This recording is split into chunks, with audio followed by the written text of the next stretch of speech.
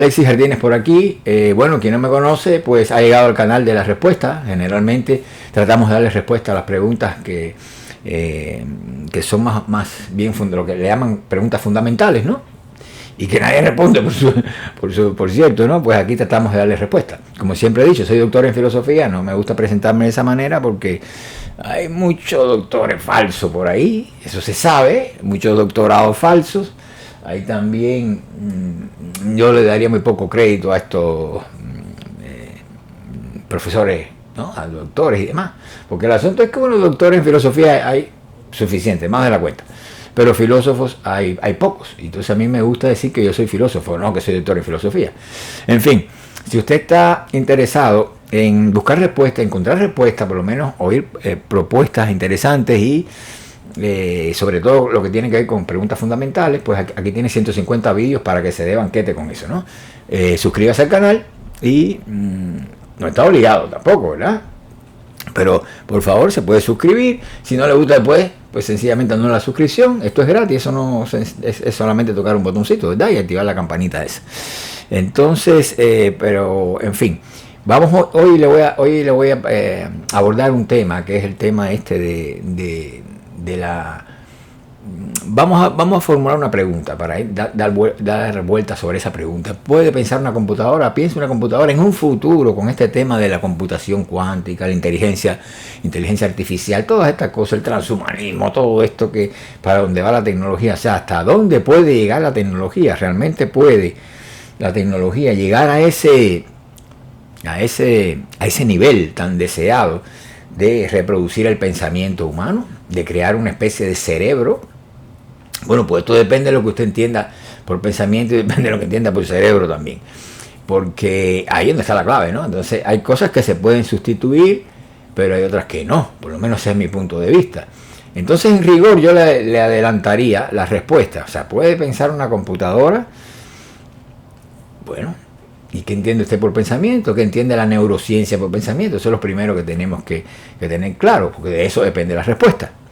Entonces, yo le adelantaría que no. Si me preguntan así, sin más, yo les diría que no. Ahora le voy a dar mis razones. Pero bueno, es interesante que usted se mantenga en el vídeo porque hasta al final el vídeo va a ser corto. Espero que no sea muy largo. Y son las razones que yo esgrime, pues estarían... la voy a ir hilvanando poquito a poco, ¿no? Pasito a pasito, bien rapidito, ¿no? Entonces, esta pregunta misma, ¿no? Piensa la computadora, vamos a decir, puede ser que nosotros logremos reproducir el pensamiento, que una máquina pueda pensar por nosotros, etcétera, etcétera. Ya le dije que en primer lugar hay que dejar claro qué es lo que se entiende por pensamiento, porque la computadora, pues podemos decir que procesa datos, incluso a velocidades increíbles, soluciona respuestas ya programadas e incluso provee soluciones producto de sorprendentes combinaciones a nivel sintáctico, diría yo. Pero justo ahí está el problema. ¿Por qué? Porque esta velocidad no caracteriza el pensamiento. O sea, porque el nivel sintáctico de ordenamiento de las palabras, ¿verdad? El orden de las palabras y demás, no es pensamiento. Ese es el punto, ¿no? Pensar no es ordenar, es producir conceptos con sentido. Si queremos dar una definición así rapidita, pero lo importante es que si usted no manipula, no usa los conceptos, no los produce, y conceptos con sentido, si no produce sentido también, pues usted no está pensando. Y la pregunta que cabe es, bueno, ¿puede la computadora hacer eso? La gente cree que incluso a nivel, la computación cuántica ya, que sería un nivel mucho más avanzado, pero la computación cuántica lo que se propone es la velocidad. Seguimos en el punto de la velocidad, pero que la velocidad, no, el pensamiento no tiene nada que ver con la velocidad.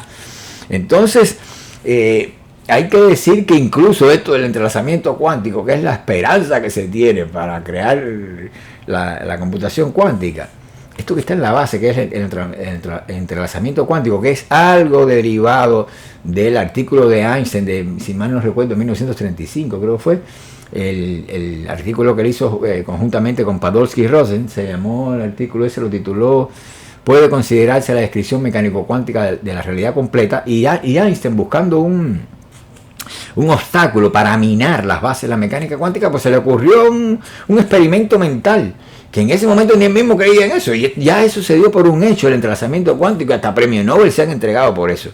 Bueno, señores, vamos despacio. Suponiendo que el entrelazamiento cuántico sea posible, que ya dicen por ahí que sí, que se han encontrado partículas entrelazadas, yo no creo eso. No lo creo. Como no me creo el bosón de Higgs ni nada de eso. Eso que se lo digan a otro. Pero, señores, la ciencia está, ¿qué le puedo decir yo? Entonces, déjenme decirles, ¿no? El entrelazamiento cuántico, pues, toda la computación cuántica basa su esperanza en el entrelazamiento cuántico. Vamos a ver, porque yo no sé cómo van a fundamentar eso, porque no pasa de ser una hipótesis y mala lo del entrelazamiento cuántico. Ahora, las neurociencias, vamos a ver, si por otra parte, ¿no? El otro lado, la otra cara de la moneda. Si buscamos el pensamiento, en el caso de la neurociencia, en los estados cerebrales, lo que encontramos son solo fotos, señores. Oye, ni siquiera imágenes, fotos. Vamos a llamar la palabra fotos. O sea, encontramos fotos de áreas excitadas, etcétera. Pero eso es el pensamiento. Y ojo, eso no son imágenes, como dije ya, son precisamente fotos. Vamos a decirlo así. Lo mental es lo importante que hay que entender aquí. Está ligado a lo cultural, a lo biológico, no a lo neuronal. ¿Entiendan? Un ejemplo es el mismo concepto, o sea, la misma imagen. ¿Qué es la imagen, no? Porque si usted cree que esas imágenes que tiene el cerebro son realmente imágenes, cuando le está tirando fotos a unas áreas excitadas, que sé cuándo, mediante un aparato, señores, eso no son imágenes. Eso no son imágenes. ¿Por qué? Porque lo mental, como he dicho ya, está relacionado con lo cultural. Por eso nosotros somos seres culturales. Seres culturales. Nosotros biológicamente no nos diferenciamos en nada de los simios, de los elefantes. No, la diferencia está en la cultura. Y hay que entender que el pensamiento es un asunto cultural. No hay que buscarlo en el interior del cráneo, ¿verdad? Y le ponía, por ejemplo, la imagen. El mismo ejemplo de la imagen. La imagen tiene una dimensión. Si usted le llama imagen a eso, a la foto que tira de esas áreas cerebrales, pues que tira un aparato por demás. Pues déjeme decirle que imagen es algo de mucho más significado, ¿verdad? Y justamente por la connotación cultural que tiene una imagen. ¿No? ¿Cómo lo va a reducir a eso? Una placa. Es una radiografía, eso también es una imagen, por Dios. Miren, lo que hay que entender aquí como definitorio, por ejemplo, en el caso, fíjense si esto es un asunto cultural. Si usted está analizando la civilización, la cultura, el hombre, hay un paso tremendo del rito al culto. Y ustedes saben cuál es la clave de ese paso del rito al culto, precisamente la producción de la imagen. Y fíjense que estamos hablando de la cultura. Entonces, al parecer, eso fue un fenómeno, por lo menos los estudios que yo hice, muy peculiar. Todos los elementos aislables del rito sobreviven en las llamadas religiones menores de las más remotas civilizaciones, pero ya como tal no hay rito, ya no hay complejo ritual. ¿Qué pasa con esto? Toda vez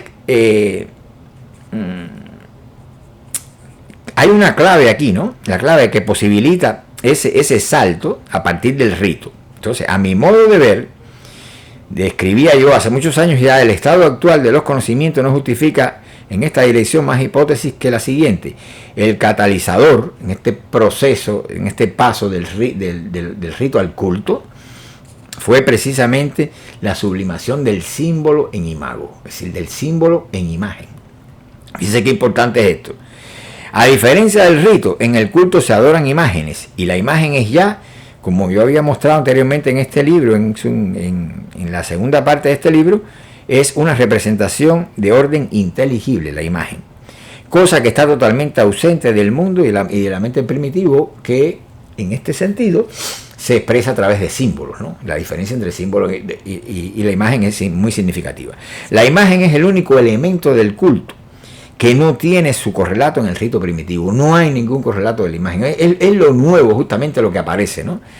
Por lo tanto, la imagen es la clave del enigma del origen de la civilización.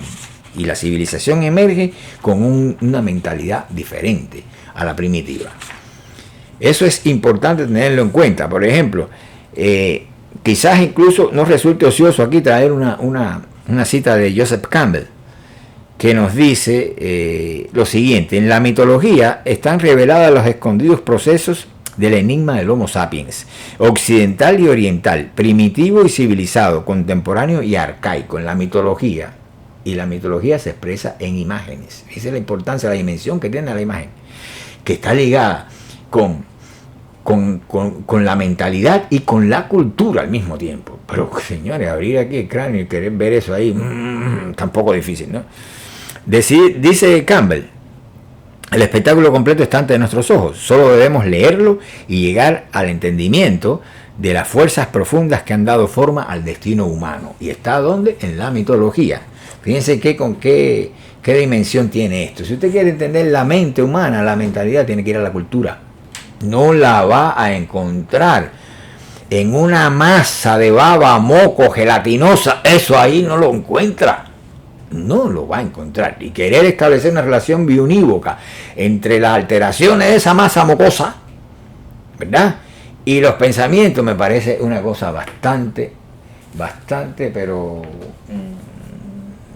no tengo calificativo para eso, pero obviamente lo menos que tiene eso es científico, ¿no? Entonces, siguiendo este razonamiento, ya más al lado de la neurociencia, esta ciencia que también está despuntando hoy o sea, que viene hace rato haciéndolo, pero hoy tiene su terreno más favorable con todo el tema de la inteligencia artificial y todo este tipo de cosas, ¿no? Pero por ejemplo, Stanislav Dehaene. Este es una de las autoridades, Dehaene es una de las autoridades en la neurociencia, ¿no? Y miren esta frase que dice el tipo: cada uno de nuestros pensamientos corresponde a un estado neuronal. Oiga eso, ¿cuántos estados neuronales habrá? Porque ¿cuántos pensamientos no tenemos? Es infinito. Entonces, ¿qué se entiende por estado neuronal y cómo el estado neuronal va a explicar el pensamiento? Es que no hay manera de que se pueda establecer una relación biunívoca entre estas dos cosas. ¿Ok? Y ojo, esto fue justamente lo que negó y rebatió el célebre psiquiatra Thomas Szasz. No sé si ustedes conocen a Thomas Szasz. El tipo es duro. Y recuerdo, yo leí un libro que era de Guy Sorman. Y Sorman decía, o sea, el libro se titula, búsquenlo, los verdaderos pensadores de nuestro tiempo, y dentro de ese grupo de pensadores, que serían los verdaderos pensadores de nuestro tiempo según Sorman, pues está Thomas Szasz. Y recuerdo que Szasz decía algo así como: dejemos de afirmar que detrás de cada enfermedad mental hay una molécula cerebral torcida. Detrás de cada enfermedad mental hay una molécula. Dejemos de decir eso, que hay e intentar encontrarlo en una molécula cerebral, ¿no? Porque hay una correspondencia bionívoca entre la enfermedad mental y la molécula cerebral torcida. Señores, es lo mismo que dice Dehaene. Recuerden que lo acabo de decir, cada uno de nuestros pensamientos corresponde a un estado neuronal. Cada una de las enfermedades mentales corresponde a una molécula neuronal torcida, como dice en la entrevista, le dijo Thomas Szasz a Sorman, ¿no? A mí me parece que esto es una locura. Los que tengan esperanza de que por ahí venga la respuesta, pues felicidades, ¿no?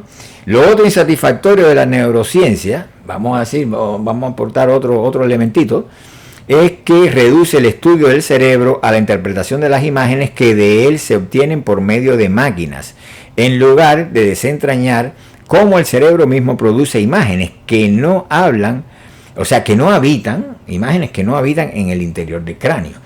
Esas imágenes no están ahí.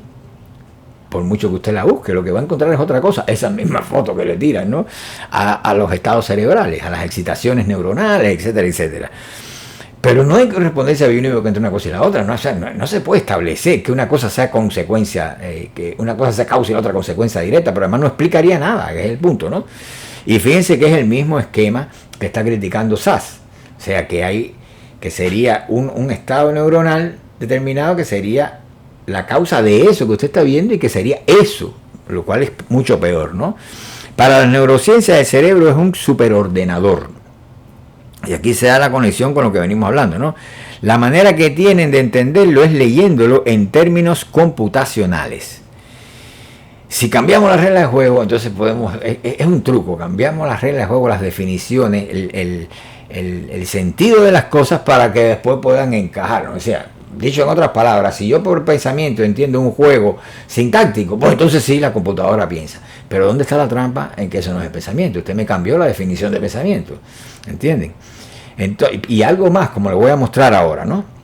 Le decía, la manera que tienen de entenderlo es leyéndolo en términos computacionales. Para este empeño, pero este empeño pasa por alto el hecho de que es el propio cerebro quien ha producido el ordenador. Esto es fundamental, señores.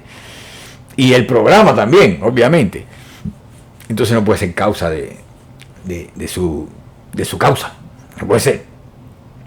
Y también pasan por alto el hecho de que este último no puede explicar lo que le ha dado origen, ya que el cerebro, es decir, el ordenador no puede explicar lo que le ha dado origen, ya que el cerebro no puede ser producto de su producto, como acabo de decir.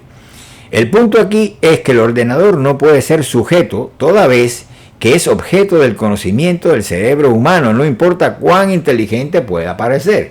O sea, el ordenador no es sujeto, es objeto en todo momento. En adición, un ordenador nunca sería inteligente si trabaja en base a la sintaxis, como de algún modo dije ya, y no con la producción de conceptos, que en todo caso sería el pensamiento. Aquí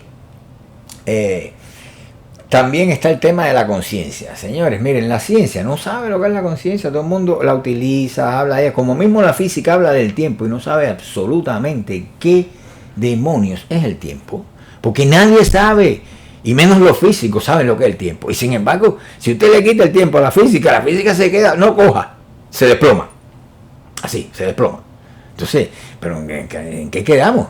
¿En qué quedamos? ¿Quién es proclive a adorar la ciencia, señores? Bueno, pues ese es su problema. Pero debería pensar, si es tan fanático de la ciencia, pues debería comportarse un poco más científicamente, ¿no? Debería someterlo todo a duda, como dijo Descartes. Sométalo a duda. Entonces dígame, ¿de qué estamos hablando? Si usted no sabe lo que es el tiempo, ¿para qué lo usa? Pero más qué cosa es lo que está usando si no sabe lo que es el tiempo. Bueno, aquí pasa algo parecido, ¿no? Con la conciencia también. Usted me va a hablar de computación cuántica, me va a hablar de lo mental, me va a hablar de neurociencia, de producción de pensamiento, pero ¿usted sabe lo que es? ¿Sabe incluso qué cosa, al menos qué cosa es la conciencia? Porque es fundamental eso. Tampoco lo saben, tampoco se sabe qué es la conciencia, no lo sabemos. Bueno, no lo saben, la filosofía lo sabe. Sin embargo, bueno, pues ahí vamos, sin saber lo que es la conciencia y todo el mundo hablando de la conciencia, todo el mundo, los neurocientíficos, los psicólogos, los psiquiatras, hasta los físicos, hasta la mecánica cuántica ha incorporado el tema de la conciencia hoy como un elemento fundamental en la descripción de los fenómenos cuánticos y hay hasta mecánica cuántica de la conciencia. Vaya, es ridículo, sin saber siquiera qué carajo es la conciencia, pero ¿cómo es posible eso? ¿A dónde vamos a parar? Bueno, aquí con el tema de la conciencia, obviamente, mi punto de vista, ¿verdad? La conciencia para mí es la instancia racional de la mente humana. La defino con Hegel, ya en este momento, como saber de cosas objetivas por oposición al yo y saber del yo por oposición a cosas objetivas. Eso viene a decir también que los momentos de la conciencia son el yo y el objeto. Y ya sabemos que la forma más elemental de racionalidad, una vez adquirida la conciencia, ¿verdad?, es la capacidad de distinguir, de discriminar entre el bien y el mal. Y vayan pensando en la computadora pensante, a ver si lo puede hacer. A ver si la computadora puede alcanzar la forma más elemental de racionalidad, que es la capacidad de distinguir entre el bien y el mal. ¿Ok? Ese discernimiento es lo que nos hace ser seres racionales. No es que haya una conciencia moral, sino que la racionalidad de la conciencia se expresa ante todo mediante la apropiación ya inteligible de estos conceptos básicos que son el bien y el mal. Discriminar entre el bien y el mal es el primer acto racional. ¿Lo puede hacer la máquina? Estamos en el nivel más elemental de racionalidad. En cuanto a lo mental, este consiste, ya voy a tocar el tema de lo mental, y recuerden que esto es un resumen muy breve de todo esto. Se puede estar hablando horas de cada uno de estos conceptos que he tocado, ¿verdad? Pero para que lo vean en una perspectiva amplia y se den cuenta que sin estas cosas, ¿de qué estamos hablando cuando hablamos de pensamiento? ¿De qué estamos hablando? ¿Ok? Cuando hablamos de de que pueda pensar una computadora, etcétera, etcétera, y de que haya pensamiento en los estados cerebrales, pero ¿de qué estamos hablando? Bueno, en cuanto a lo mental, ¿saben lo que es lo mental los neurocientíficos? ¿Qué dicen ellos de lo mental? Porque lo que me dicen de lo mental no tiene nada que ver con lo que los filósofos entienden por lo mental, ¿no? En cuanto a lo mental, insisto, este concepto, ante todo, consiste, o sea, lo mental consiste ante todo en la producción de la otredad. Yo no encontraba ninguna neurociencia hablando de otredad. Es que no saben eso. Para ellos es una cosa completamente ajena. Y la pregunta es, ¿puede la máquina, la computadora, el ordenador producir la otredad? ¿Usted cree que la otredad no es importante en esto? Bueno, vamos a ver. No es que sea importante, es que lo mental es justamente la producción de la otredad. La capacidad de poner lo otro de sí, que podemos llamar con el filósofo Ortega y Gasset, podemos llamar alteración, como él le llamaba, alter-acción, ¿entiendes? Alteración, ¿no? De alterarse, ¿no? Pero bueno, yo le tuve que cambiar el sentido a estos conceptos orteguianos. Tengo en mi libro El cuerpo y lo otro, bueno, este que está aquí, que yo lo he enseñado varias veces, tengo todo un capítulo dedicado a invertir estos conceptos de Ortega, que él mismo no los entendió bien. Pero es importante llamarle otredad o alteración con Ortega si se quiere, ¿no?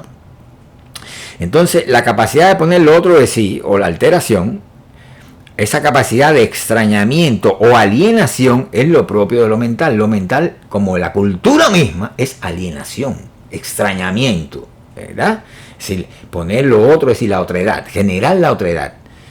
Y esa generación de la otredad es lo que dice usted, distinguirse en el entorno de las cosas, autodistinguirse, ¿no? Entonces, mi pregunta es, ¿puede pensar una máquina?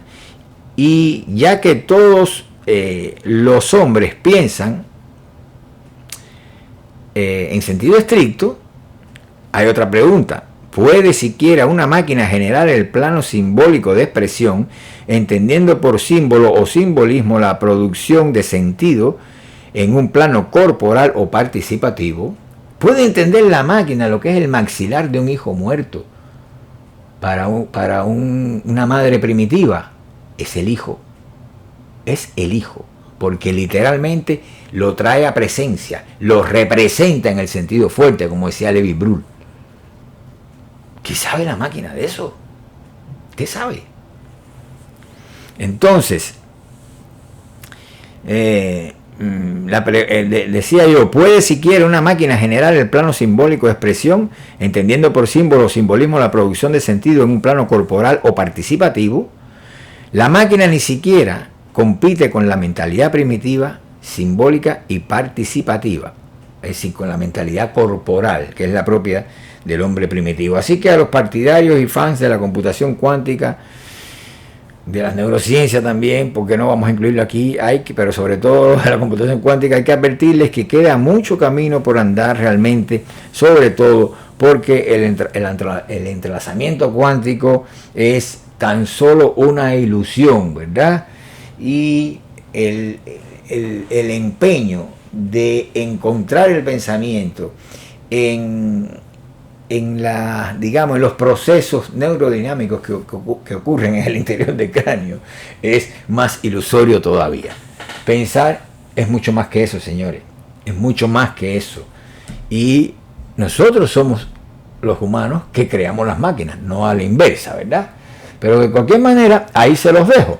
Primero tienen que tener en claro qué es el pensamiento, qué es la conciencia, qué es lo mental. Y después hacerse la pregunta, ¿puede pensar una máquina? Usted me dirá. Nos vemos en un próximo vídeo. ¿Ok? Por favor, si el vídeo le dijo algo, pues me dejan un like por ahí. ¿Ok? Y un comentario, sería mucho mejor porque sé que todos ustedes tienen opiniones distintas a las mías, con razón, porque es que yo digo las cosas de modo diferente, no trato de seguir, ¿sabe? De seguir la retórica al uso, ni los pensamientos enlatados. Pero, o sea, imagino que algo le suscite a ustedes, que le despierte algún interés, es lo que quiero decir. Y pues si es así, pues ahí está, ahí abajo, pues me dejan un comentario en la caja de comentarios, ¿ok? Nos vemos en el próximo vídeo.